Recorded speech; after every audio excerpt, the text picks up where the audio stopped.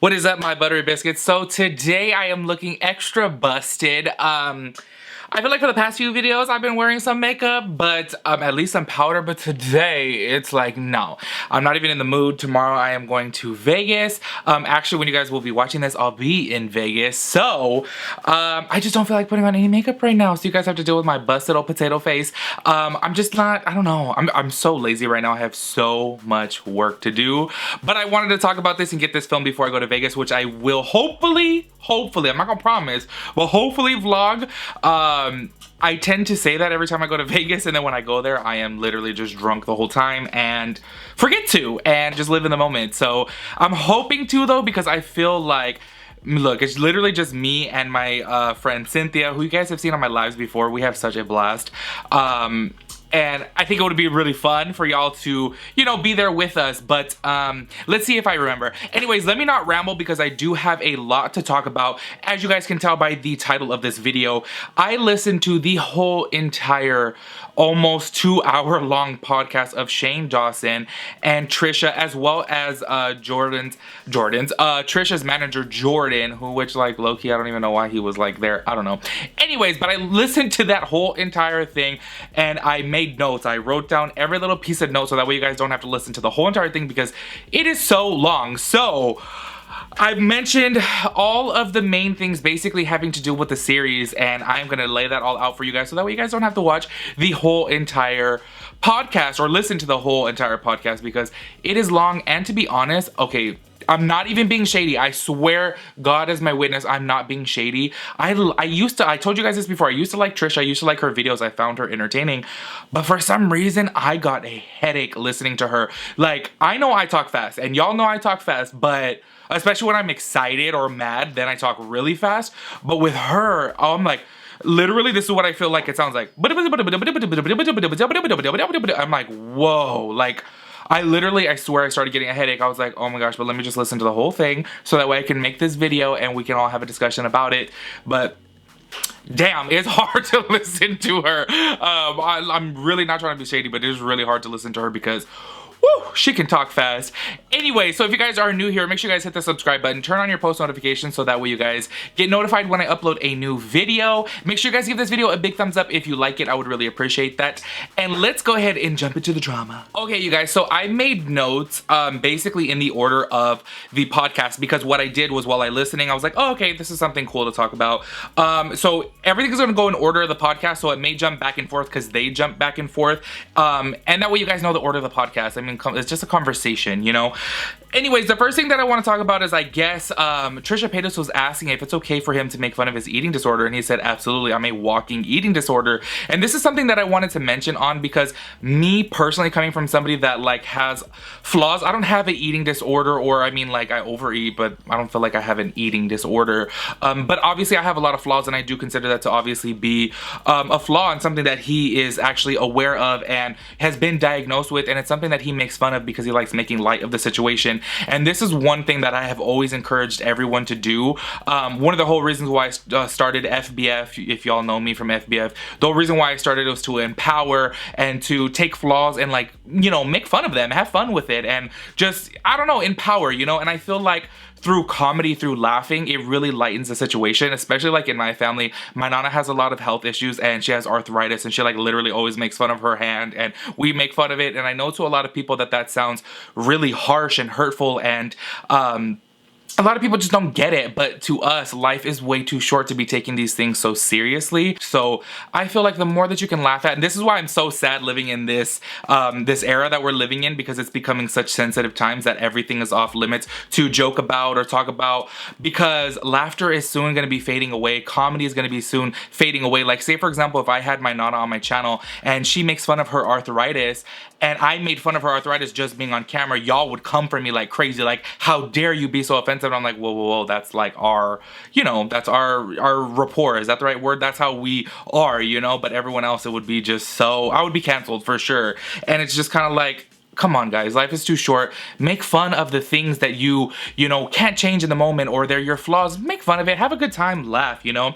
So anyways, moving on. So he then started to say that he doesn't watch drama channels anymore, that beauty drama channels were actually his favorite thing to watch. However, he stopped watching them now because he saw himself in them, and he said, okay, I can't watch this, because regular drama channels that he would never watch because he was mentioned in all the time, obviously, like, you know, the regular YouTube drama channels, they would mention him and he just couldn't look at himself. And you know what's so crazy is I feel like so many people have positive things to say about him. I know a lot of people have so many negative things to say, but I feel like, especially within the beauty scene, like, I don't know, a lot of people have a lot of positive things to say about him, and I feel like he needs to do what's best for him. And if that means not watching the drama channels anymore, then don't watch them, because I feel like that is best. But in this video, like right now, for example, I have nothing bad to say about him. Yeah, anyways, you guys, so moving on. So there's one part where I was just kind of like, wait, what? I got a little bit confused, and I'll go ahead and play the audio clips because I did record it for you guys, so that way you guys can explain to me your interpretation of it, because I was like, wait, what? Okay, so basically, you guys, he said in the video why he didn't put the drama in there, because there was no drama to begin with, the drama in this series. And I know that everyone was saying that he clickbaited everybody because he put all this drama inside of the trailer. However, that wasn't in the series. And basically what he said was there was never any drama in there. It was basically just in the trailer, and that he changes the whole entire storyline up of his documentaries or of his like conspiracy things and stuff like that. He ends up changing it up over time. And this is where I had said before, I mentioned in a previous video, that I feel like 9 times out of 10 when someone makes a film, the film is completely done. So they actually take bits and pieces of what's in the film and put it into the trailer. And this is where I feel like YouTube is obviously different, because he's doing this as he goes,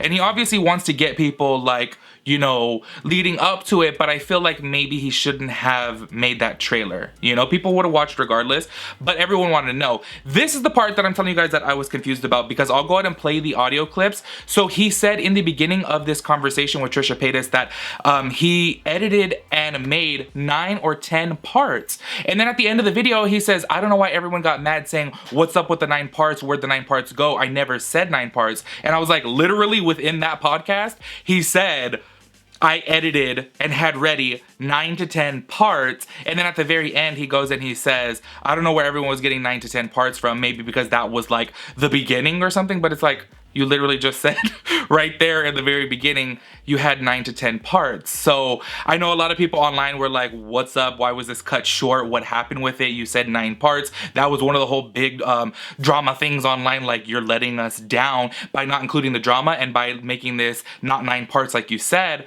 But he literally said that in the video. So I was kind of like, maybe one of you guys can explain it to me. Like, you guys know, when you guys come to my channel, just in case you guys are new here, this is literally just an open conversation. This is not me stating any type of factual stuff. This is just a conversation. That's it. You guys can hear these little recordings right now. We had the whole series edited, like 9 or 10 parts. And then we uploaded part 1 and then part 2. And just the whole vibe changed. You don't want to do series forever. You had talked about that before, that you're like kind of. I'll never do another series. Like, I'll never. You'll never do another series. one? No, not like that. Not like any. I think 3 parts max. Not like a 7? Was it? I don't 7, even remember. It was too many. Crazy. I mean, and originally, and I don't think I ever said 9. I think I hinted like maybe 9 because at the time it was. But like everybody was like 9, and then when I was like, you guys really want more? So as you guys can hear there in the beginning, he said that he had 9 to 10 clips edited and ready. And then he went and he said, I don't remember ever saying 9, maybe because that was in the beginning. But I'm like, you literally just said you had 9 or 10 edited. So this is where I, like, honestly, I'm like, I get a little confused, because I'm like, not that it matters, honestly, because I'm not somebody like, oh my God, you said 9. Like, who really cares? It's really not that deep. But I'm just kind of like, now I get why everybody was mad, because you literally just said 9 right there, and then you said, I don't remember ever saying 9. I don't know, I got a little confused with that, but maybe you guys can clarify that to me, because I didn't watch his live video, and I know I probably should have, but that live video that he did on Instagram, that was like so long, I didn't watch it all, because I wasn't doing my little commentary series at the time. So you guys can let me know about that, because maybe you guys know more information than I do.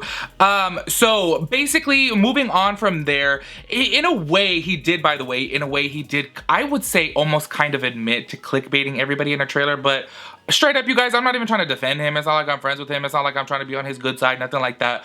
But like, everybody clickbaits. But anyways, I can see how people got mad at that, because low-key, I wanted the drama too. I wanted to see like the behind the scenes, like what happened. But y'all know me being Methiche, I was just like, what's up with that? So, anyways, he basically ended up saying after that he did wish that he never put that in the trailer. I'm like looking at my notes. Sorry, I want to make sure that I touch on all these in my notes. I'm literally, the next thing I put in here, Trisha talks a lot and so fast I can't keep up. I was literally watching this last night at like 2 a.m. and I was sitting there like, oh, my brain, whoop, it feels like it's gonna blow. And I know that probably sounds mean. I try so hard to get on here and not sound mean, but I just want to be honest, you know? I'm just like, oh, damn. All right, and then basically, okay, tying this up, this is actually towards the end of it. There's 2 more notes that I have here. This is one thing that I wanted to talk about because I have had this conversation so many times live with you guys. This is one thing that when I was with my ex, actually not even just my ex, but my ex is that he said that he literally didn't believe that Rylan loved him at first, and he was so in shock with it that he was like, no, he's using me for something. There's no way he likes me because I'm fat, And this is something that I have struggled with in the longest time.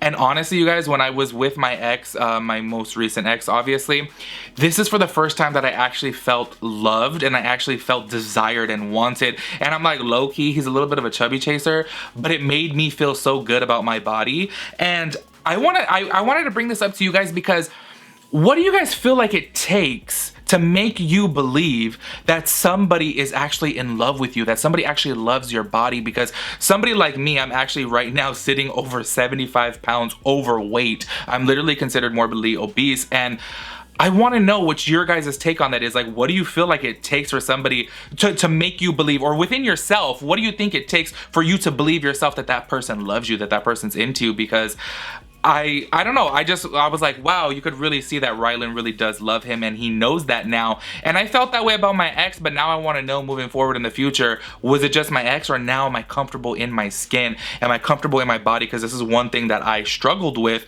So I wanted to throw this in my notes because I really do want your guys' feedback. You guys know I love hearing your feedback. That's the whole reason why me doing this commentary thing. Anyways, you guys, the last note. Okay, so that's why I said it goes back and forth and things are just kind of all over the place, because they didn't talk about everything in one order. They just were all over the place with it. So I wanted to go in the order of the podcast, obviously, and not rearrange things so that way everything is in the same line of context as the podcast. So the last thing that I had in my notes was that he said that he cut a lot of the series out because of the Shopify thing. Apparently he said that he was very outraged about the Shopify thing, and he just started thinking about everyone's stories of them trying to purchase his products and not being able to purchase them because Shopify was crashing. So this is where I'm kind of like, I feel like he should have left it in there, in my personal opinion, because I understand from the sounds of it, this is me just speculating because he didn't exactly say this, but from the sounds of it, it seems like he was really, really angry, and he probably said some like really harsh and aggressive things on camera that he probably cut out because he didn't want everyone to like look at him being so angry. And I'm kind of like, you know what? This is the reality of the business. You know, sometimes when you're in the heat of the moment and you are, let's say, for example, going through a hard time, or you're dealing with this type of situation like this, and you're just like, what the, you know, like, let it in there because we want to see reality. So in my personal opinion, I wish that he would have left that in there because I would have liked to see his real raw reaction of how everything was going. That's just me personally.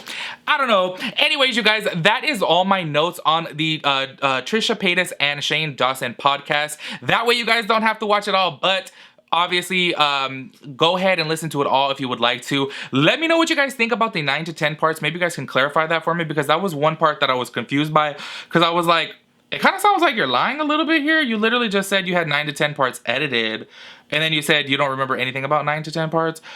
I don't know. You guys let me know about that, because maybe you guys know more than I do. As usual, this is a conversation space. I am not coming to you guys with every single fact. I do not know every single thing. Like I said, I didn't watch the live video from Shane, but I listened to this whole entire thing. Obviously, if you guys have listened to it too, you guys can tell by my notes. I listened to it all. So anyways, let me know your guys' thoughts and opinions, and I'll catch you guys in my next video. Peace out, Girl Scout.